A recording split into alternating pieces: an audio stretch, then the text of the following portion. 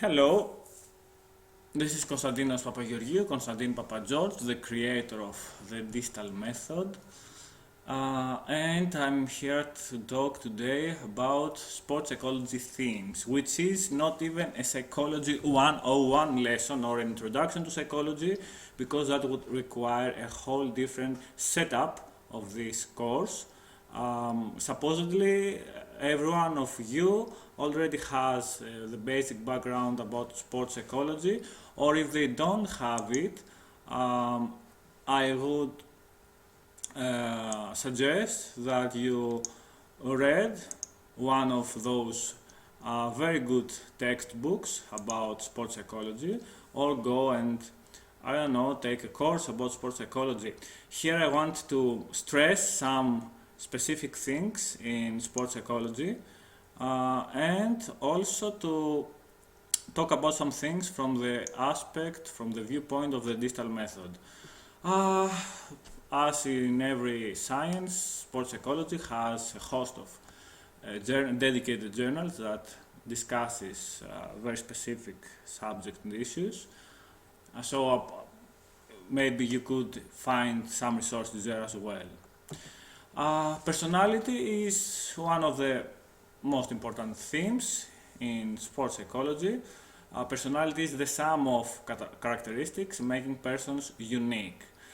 Personality is important because people always ask if there is an athletic personality.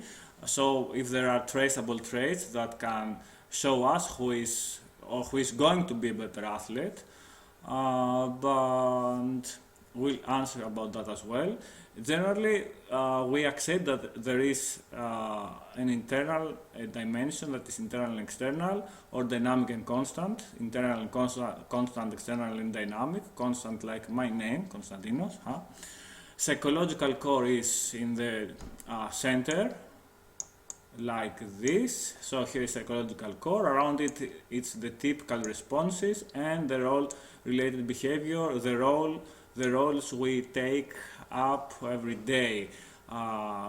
This is, I guess, something that theater pedagogy also addresses through the roles. It's very difficult to penetrate to the psychological core, maybe many years of theater pedagogy or psychotherapy, but it's very easy to change roles related behavior, and typical responses is somewhat more difficult to change, somewhat more difficult than role related behaviors. And our personality is always within a social environment. Okay, we are products of our nature as much as we are of our nurture. So it's usually both things that affect us. There are approaches, however, that discuss personality as a product of nature, psychodynamic and trait approaches. Other approaches talk about personality as a product mainly of nurture, phenomenological and situation-based approaches. And there is an interactional approach that speaks of personality as the combination of these two factors. And testing is always a good idea if we want to make some specific interventions when we find or suspect some weaknesses or some let's say maladaptations. I don't really want to speak about bad personalities or something like that, but there are in certain let's say in certain environments personalities that work better than others.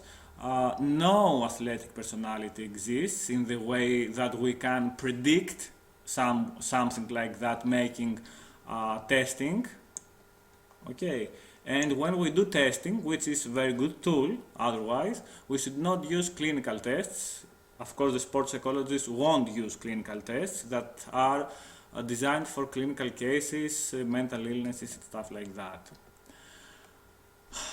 Motivation is very relevant to our personality. who we are is very relevant to what motivates us. Motivation, and of course, if what we are is unchangeable, what motivates us cannot be um, affected by situations.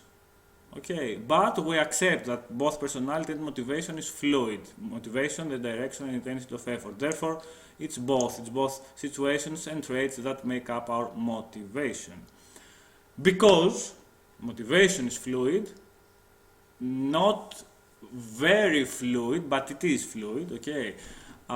If I can say very fluid anyway. Causal attribution is a characteristic of both athletes and coaches, and it means that the athlete must learn how to attribute effects to causes, and this should be done in an optimum way. For example, if I attribute the outcome of a tennis match to attributes that are not changeable, that means nothing, and that demotivates me. Okay, if I'm not talented, I have written extensively about talent, and I have peer-reviewed journals about talent, and I have written books and stuff like that. For me, talent is a double judgment value, a double value judgment, more correctly. So anyway, talent does not exist the way, for example, my mobile phone exists or my hand exists, okay, or even the way, because you may think about that as well, or even as my anger exists, because I can feel things, I can measure hormones, I can that's a reductionistic approach, of course. Mental states are not always reducible to biological substrates, but for example, anger exists in many ways, in infinite more ways than talent exists. Talent is a hypothesis just based on effects, and as we know in epistemology, you are forbidden to see effects and support and say anything or define causes, okay, unless a one-to-one correspondence has been established, which is not really easy when we're talking about living systems. It's much easier in mathematics, okay. So the coach should also be very careful where the way they attribute causes. If we attribute causes to things that cannot be changed, okay, or that make the athlete feel shame, that's a bad thing, okay, for many reasons. What to do if the problem is the height of the athlete? I mean, that's not gonna change, maybe 1 centimeter if I wear proper shoes, but it's not really something I should constantly use as a reference point. Other relevant themes with motivations is outcome versus task orientation. So, okay, I study, do my homework because my father will, I don't know, buy me a PlayStation, something like that. That's an outcome orientation, an extrinsic motivator, and task orientation, an intrinsic motivator, more or less. These are analogous. I do it because I like it. Okay, it's very nice feeling. If I study, if I read, I get into the zone, for example. We will see the flow theory in 2 slides or 3 slides from now. So, of course, task orientation is more practical for us because it's only the present that exists, not the outcome, that it's just an abstract idea about something that doesn't exist, that is the future, of course. Other relevant themes is to achieve competence versus avoid incompetence. So, why do I participate in sports, for example? Do I want to achieve something, to win things, or I just want to prove that I'm not incompetent?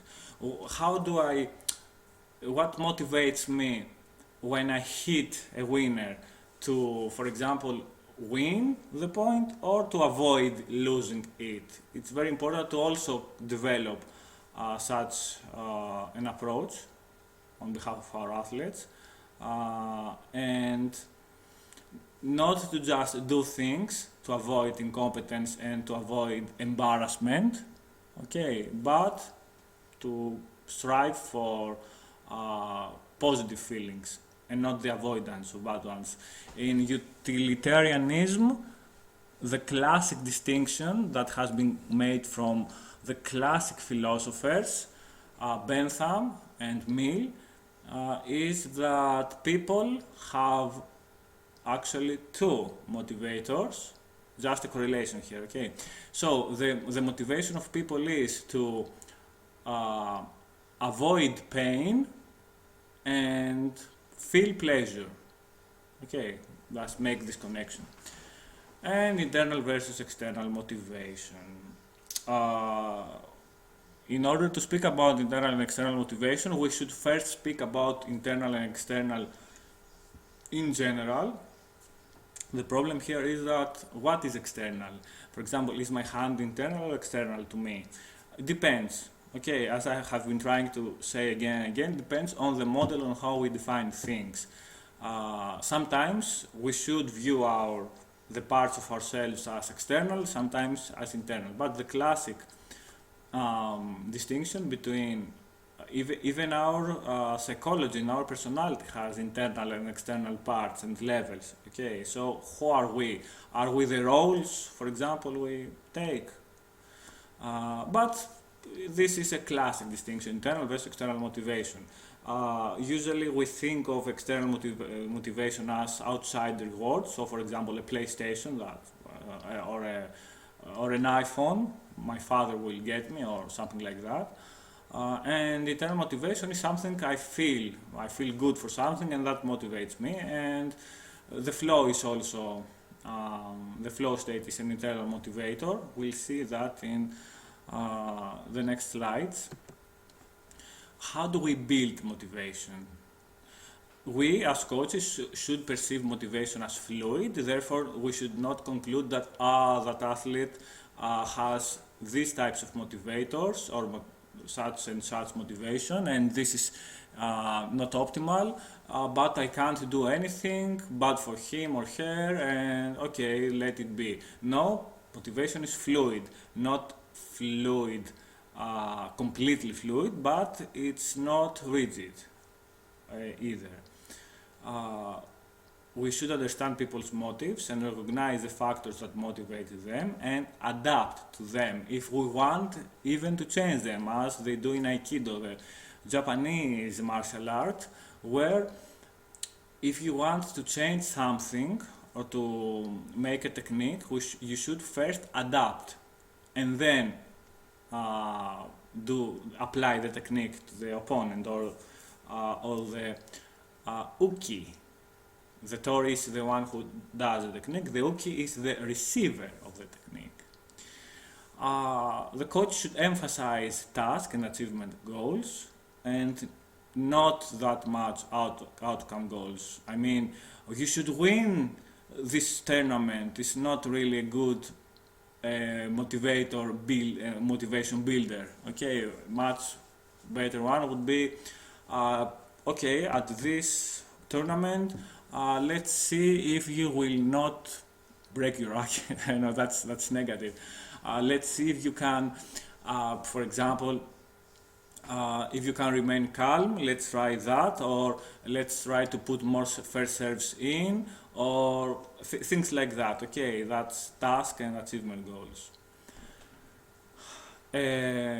Internal reasons tend to attribute success to internal reasons. So you have won or you have made it because you are person that works very seriously, that you're a person that is very decisive.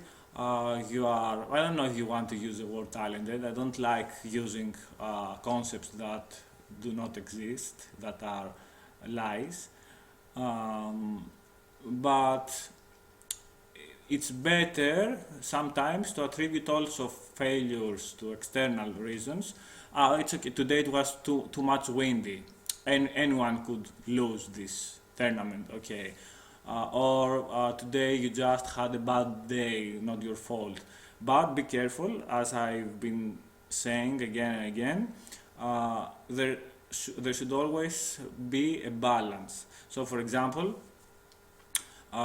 if I never refer to internal reasons, I will never develop responsibility, because the athletes must become responsible.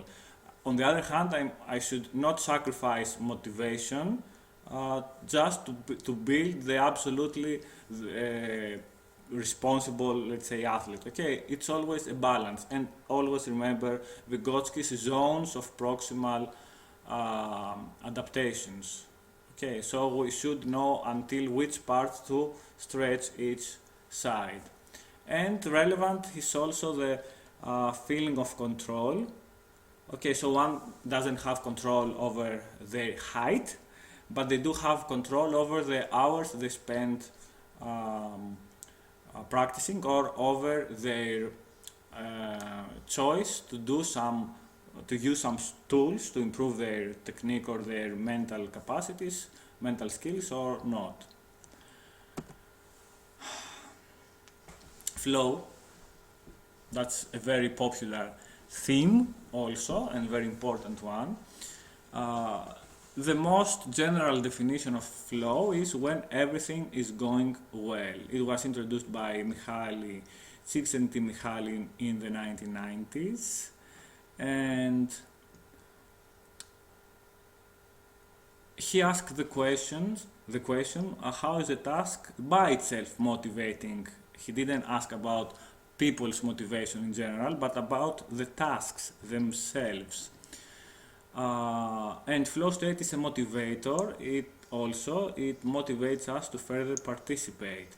So the basic thing one should say about flow is that if we have challenges, low and high, too high for us personally or too low for us, and if our skills are low or high, if we make, that's the first step, that's not an absolute step, okay, if we have a balance between challenge and skill, if a correspondence, then we have the flow state.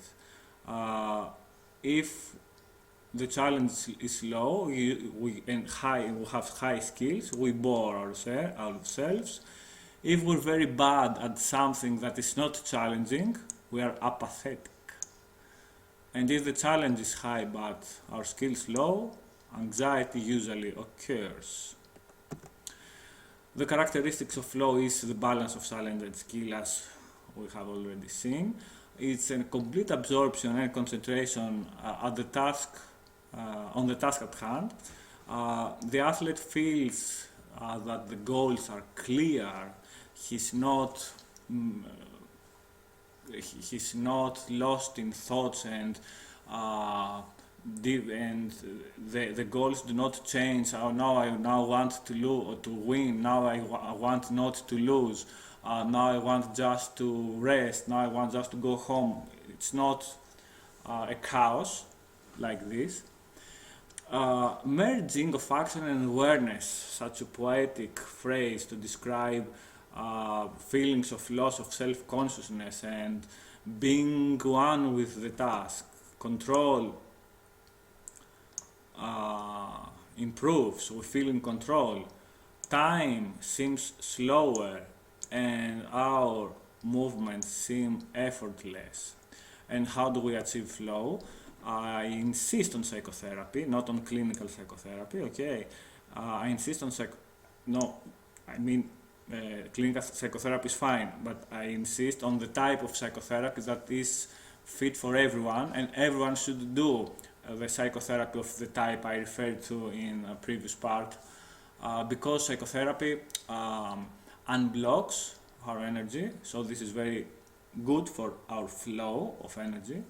And also psychotherapy increases our joy, and feeling joyful is very important to get in the flow. If we feel worrisome, then most probably we are too anxious to get into any kind of flow state. Psychotherapy, as Wilhelm Reich, who has created a very good system of somatico-physical psychotherapy, as he used to say, we should find our orgasmic identity. This is not this has not to do only with having sex or something like that. Okay, it is meant that we should find things in life that fill us with pure joy, pure pleasure. That's our orgasmic identity. So psychotherapy is really a way to feel the full joy of our lives. We should do, for example, breathing exercises, and that's one way, for example, to adjust arousal levels. Arousal levels that should be optimum if we want to achieve flow, and we will see some things about arousal as well and the optimum levels of arousal. Anchors, for example, routines. We should develop routines, pre-serving, for example, routines or stuff like that, that help us be connected with what we do and decrease the load, our thinking load, for example. One other form of anchors is the anchors we have seen in a previous part, in a previous chapter, or in a previous part generally. So we could recreate, when we need, feelings that will help us achieve flow easier on the spot, after we have practiced that at home. Good preparation is also crucial for flow for many reasons. For example, if I worry that I haven't prepared enough, I haven't had time to practice, then of course it's not just that my skills are lower, it's also that I don't have self-confidence. Okay, so I really have negative feelings and negative expectations. Good preparation solves many of, not of course all, but many of these problems. And I also say luck. Why luck? Because in order to achieve flow as well as to achieve anything else, even achieve in winning a tournament, many different parameters and factors have to be aligned, and sometimes I'm not in control. For example, maybe let's talk about flow in specific.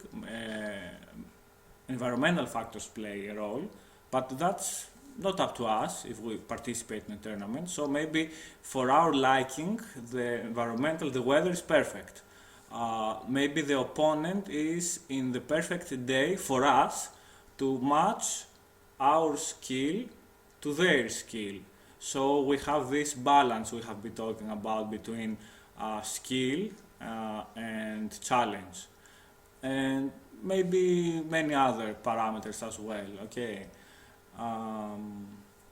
maybe it's quiet.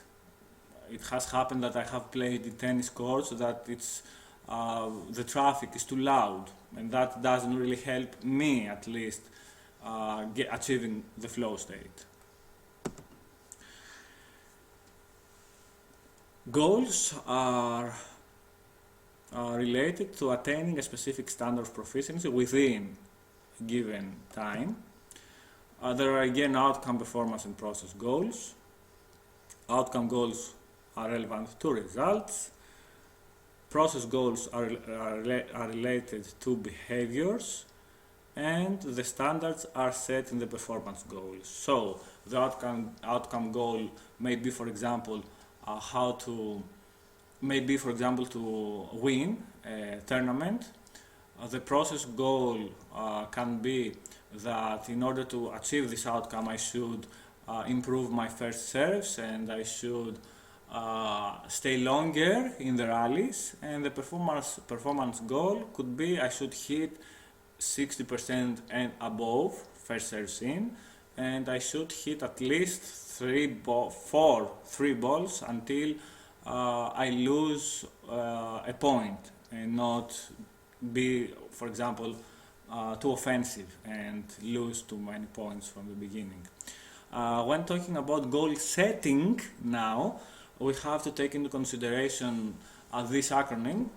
So our goals have to be SMART, our long-term goals that we, for example, set every, I don't know, September, January, something like that. This is a very good guideline. So our goals should be specific, measurable, attainable, relevant, timely.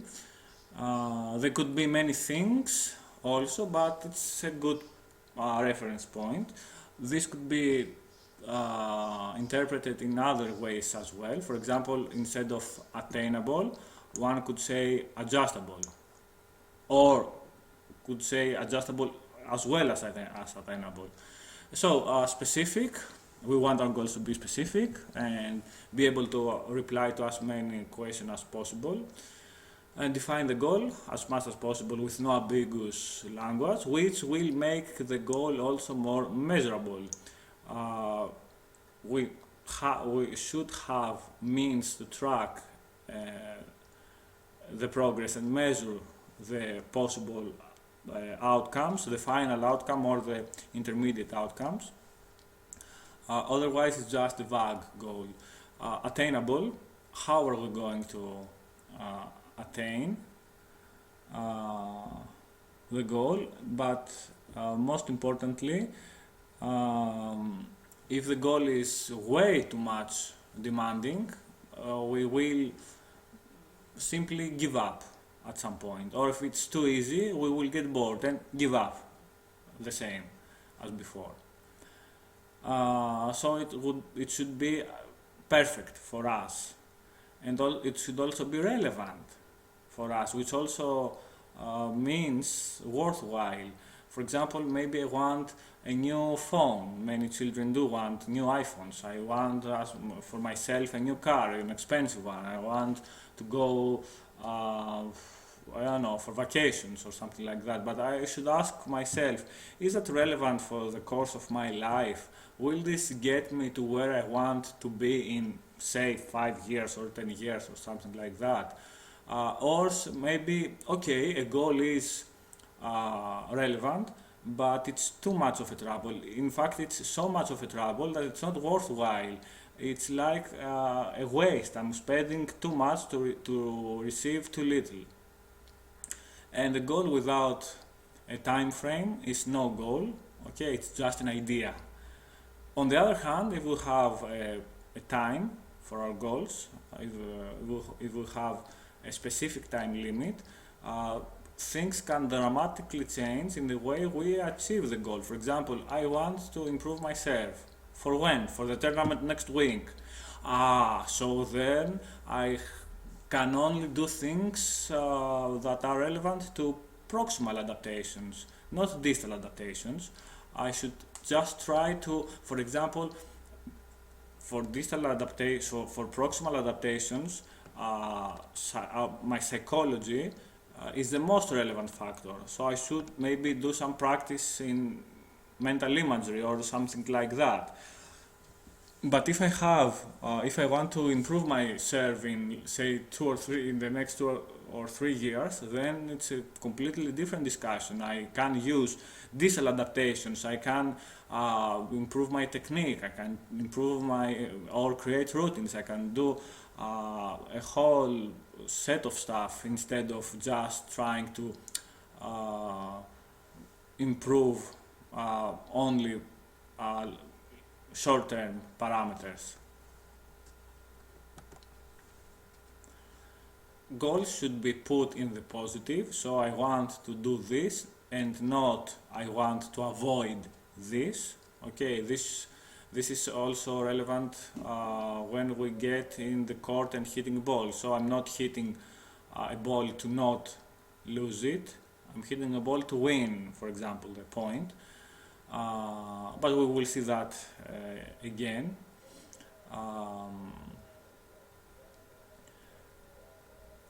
If I don't assess the current situation, the available resources, I won't know if the goal is worthwhile. I will not know if the goal is attainable. I will not know which steps to take. Okay. So, for example, I have everything ready for my vacations. I have booked my hotel, I know the place, I have prepared everything, and I don't have enough gas, enough petrol in my car. So, that's a very bad assessment of the available resources. I won't go very far away. Leave the result. We should imagine, we should live in our imagination how things will be when we will reach our goals. We should visualize our feelings, ourselves, our environment, the relationships between us and other people and stuff like that. Okay, this will make the goal more concrete, it will increase our motivation, and it will help us structure our way of reaching that goal. Again, we should realize the usefulness of the goals we set for ourselves and not just do something because our neurotical self wants that. And we should determine stakeholders. It's very usual to have goals that implicate other persons as well, but we can't control other persons, or we have parents setting goals, setting personal goals or for their children, and that's not functional either. We have to exclude others, or if we include others, we must be very conscious about that and very careful.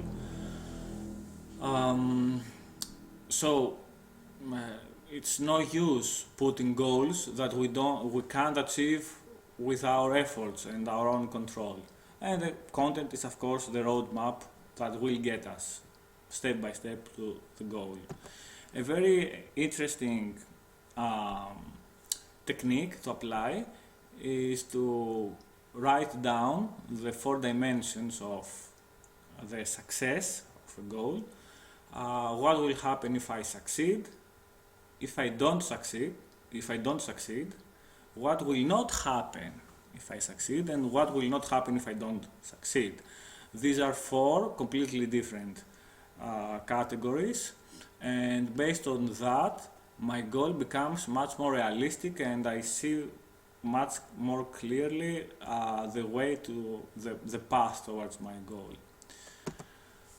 And we get to the arousal, anxiety, and stress, a triplet that's very popular in sports psychology and in our discussions. First thing first, what's the difference?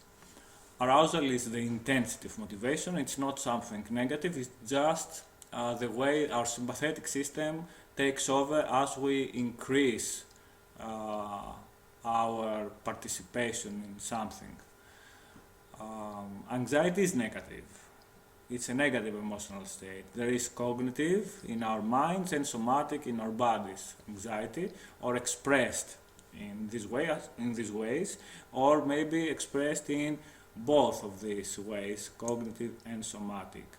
There is trait and state. Trait doesn't just mean that I have the genes, the anxiety genes.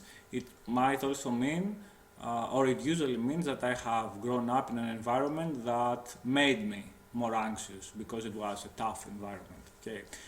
State anxiety is anxiety connected to a very specific state, a very specific situation. Of course, if I have trait anxiety, it's also easier to have state anxiety. But if I only have state anxiety, when the situation is no longer there. Anxiety is also no longer there. Anxiety and stress could be also persistent throughout my life, and maybe that's a good idea to also do psychotherapy, because if I always have stress or anxiety, I never feel it.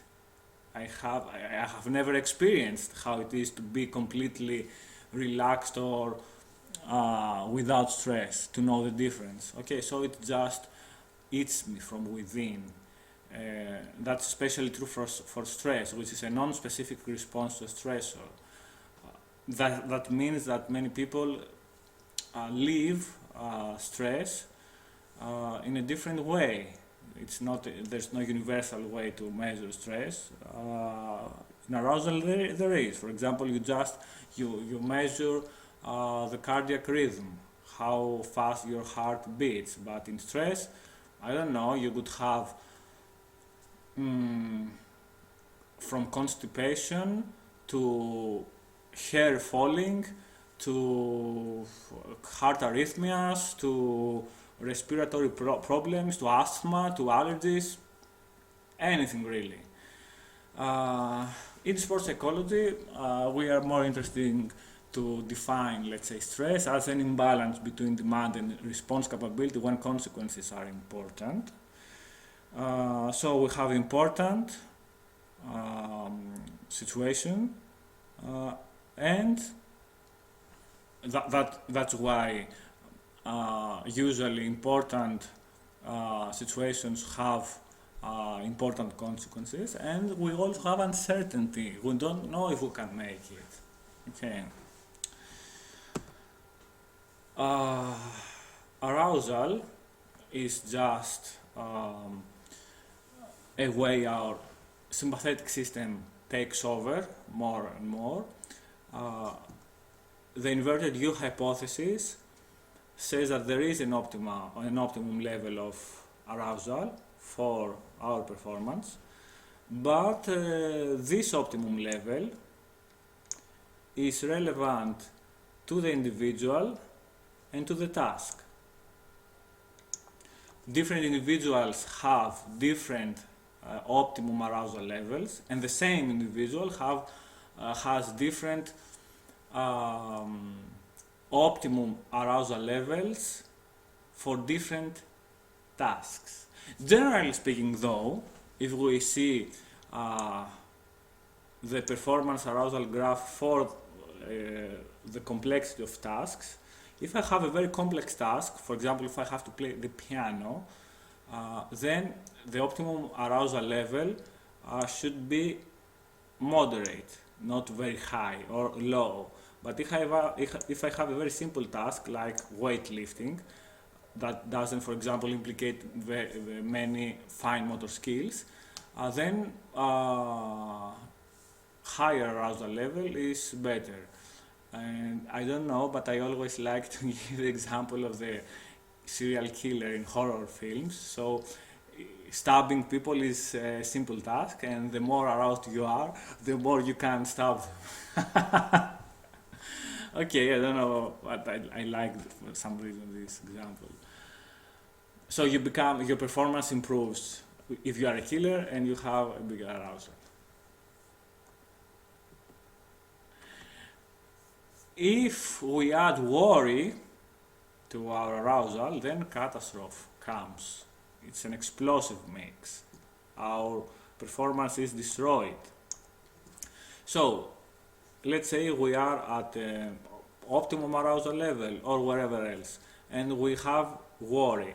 Then, if we add a bit more arousal, then instead of going down in a more smooth way, we have a catastrophe, so our performance is destroyed immediately. The more worry I have, the more I go towards D, so even before or much before I reach my optimum arousal level, because of my worry, I destroy my performance, and the less worry I have, then the more this graph is going to behave in a smooth way and not have so big differences.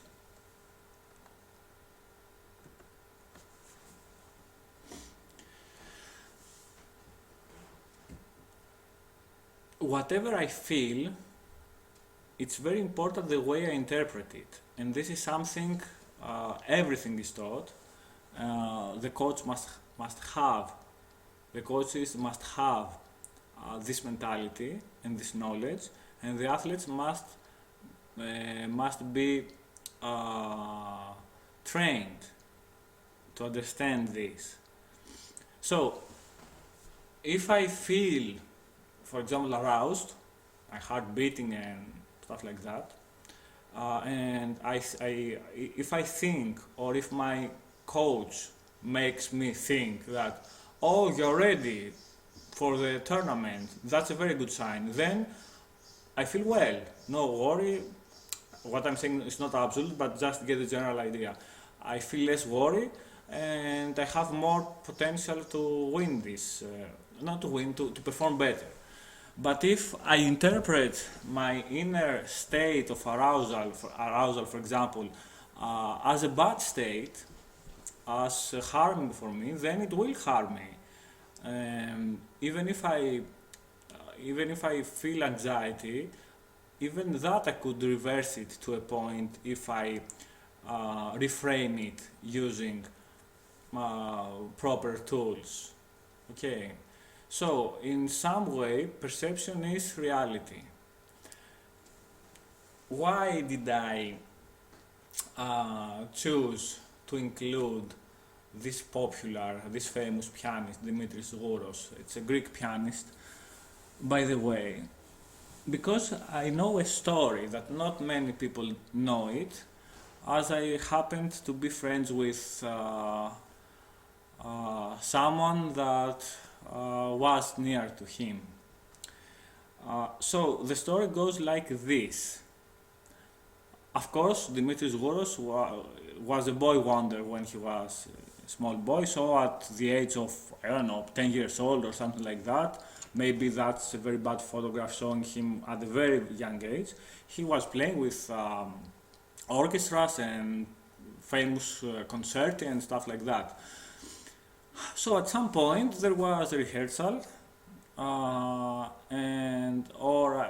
not a rehearsal, maybe it was a concert night, and my friend asked Zgouros' father,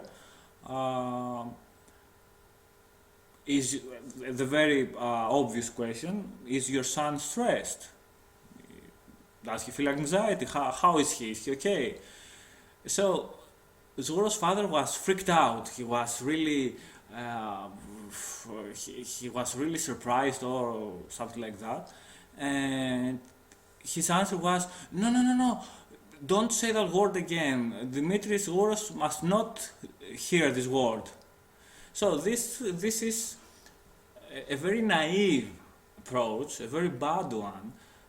If we magically think that if we never refer to anxiety or stress, or if we don't talk about that things, that it will go away, or that the athlete will never experience such a state, or on the other extreme, if we talk about such things, in a way we will make the athletes more conscious of such issues, and they will have more anxiety and stress. That is of course not the case. Being anxious or stressed or aroused, okay, is a universal state of all human beings, and we should deal with this very consciously.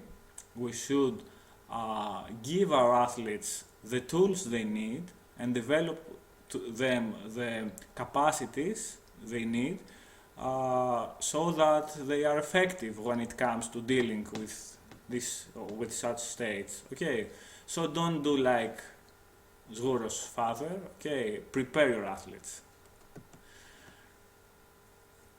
Finally, I want to refer to the attentional fields in relation to arousal, because I want to say that our very relationship with the world changes based on our arousal level and our mind state in general.